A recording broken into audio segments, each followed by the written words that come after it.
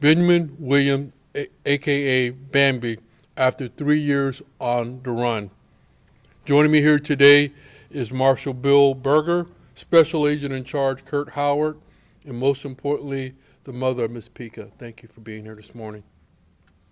I want to give you a background on what happened 3 years ago. On July the 31st, Williams did an unthinkable act. He asked Miss Pika to meet him, his estranged girlfriend, at a location because they wanted to talk about their son that they had. He asked her to meet him at the cemetery located 100 block of 60th Street North, again, under the pretense of he wanted to meet their son. As Miss Pika was sitting in the front seat of her van holding a 4-month-old baby, Williams walked up to the car and shot her several times in the face as she was holding the baby. Also in the car was her 4-year-old son in the back seat who witnessed this horrendous act. Witnesses rushed to the scene to try to see if they can help Joanne, and as they moved her forward, that's when they realized that she was still holding the 4-month-old baby. Thankfully, none of the children were hurt, but I can't even imagine the emotional event that's going through this child right now, the emotional toll that this 4-year-old is facing today. After the act, our detectives did a great job. Along with the help, again, of the U.S. Marshal Service, ATF, and Crime Stopper, an award was issued for $25,000 looking for Williams. Williams was also featured on a television show called In Pursuit with John Walsh in 2020 to amplify how we were trying to find him. And again, thanks to Channel 28 and their social media posts, this post was then taken and then reposted again. A Good Samaritan saw this post in Mexico, and then that Good Samaritan realized that William was there in Mexico. She went to the U.S. Embassy and notified the Marshal Services, who notified us. And again, thanks to their outstanding job, they were able to capture Williams and bring him back to the U.S., where he's now in Pinellas County Jail in custody. The dedication of the hard work of the detectives involved in this case, our federal partners ensured that a dangerous criminal no longer poses a threat to the community, and most importantly to the family, because they were nervous if he was going to come back and try to harm them, even harm the family. Nothing can replace the loss of your daughter. But at least we have a dangerous person off the street, at least a loving mother, a loving daughter, and the family can know now that we have him in custody. I know this cannot bring you any peace, but we know that this will be justice brought back to the family. I want this to serve as a message to people that are out there. If you commit a crime here in St. Petersburg, I should say in the Tampa Bay area, we're going to do everything in our power to bring you to justice, to bring this family justice. And our federal partners, our local partners, and our state partners, we're going to work just like we work on this case, because we want to bring justice to any family out there. And with that, I'm going to ask Ms. Pika to come forward. Ms. Pika.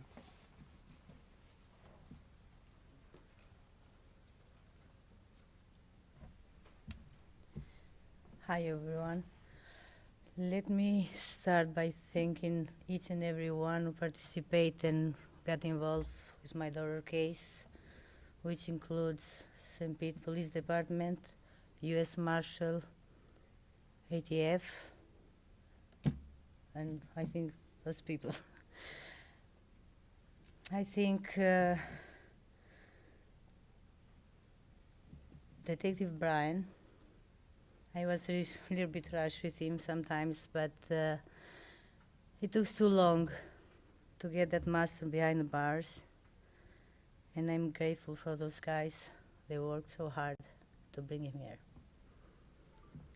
3 years and 3 months is too long. He was running, but he couldn't hide anymore. All eyes on him, and finally he's behind the bar where he belongs. I think, or I feel that Christmas present for me and my little boys came early this year, and I couldn't ask for more than that phone call and I got from police department when they said that he got arrested. And I can explain the feeling I had at that moment, but it was the combination of happiness and pain in the same time. And I don't remember what did I say to Detective Brian when he called me, but I remember only like, oh my God, are you sure? It was too much. He flashed back to memory of July 31st, 2021, and I couldn't be the same anymore. I was going back and forth around the house, and I said, like, please, God, help me. The anxiety was through the roof, but I was happy, and again, I thank each of you for this hard work. Benjamin Williams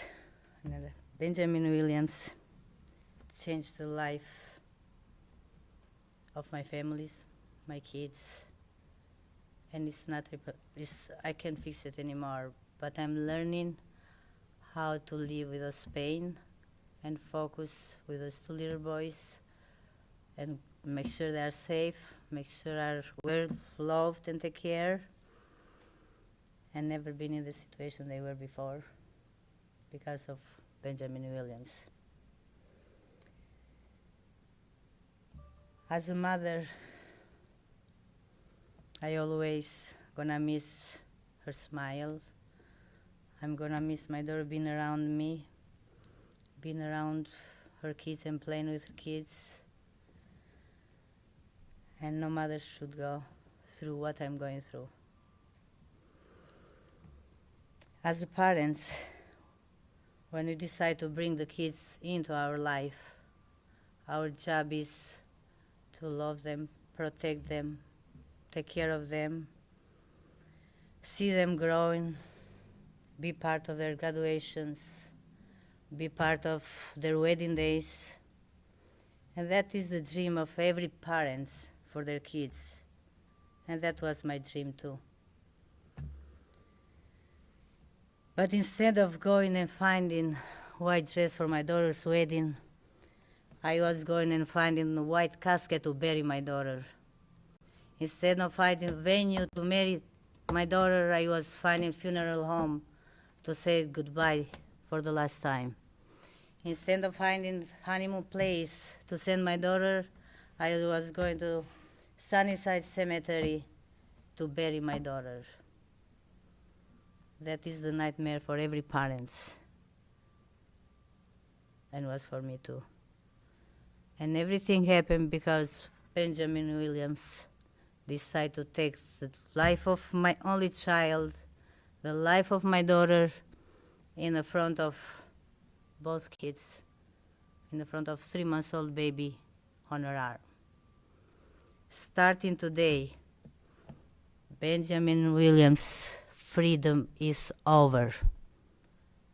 He's not gonna see the daylight again, and he's behind the bar where he belongs. The community will be safe without him. I will be safe without him. My kids will be safe without him. And I want to add and thank the tips that came from social media. And I want to raise the voice for that, then we can resolve a lot of crimes because of those tips. I don't know who he is, and I don't want to know, but I'm grateful that she called the police. Thank you, everybody.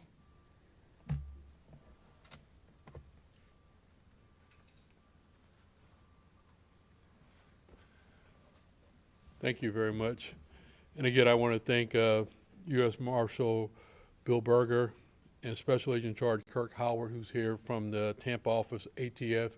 So any questions, feel free to ask.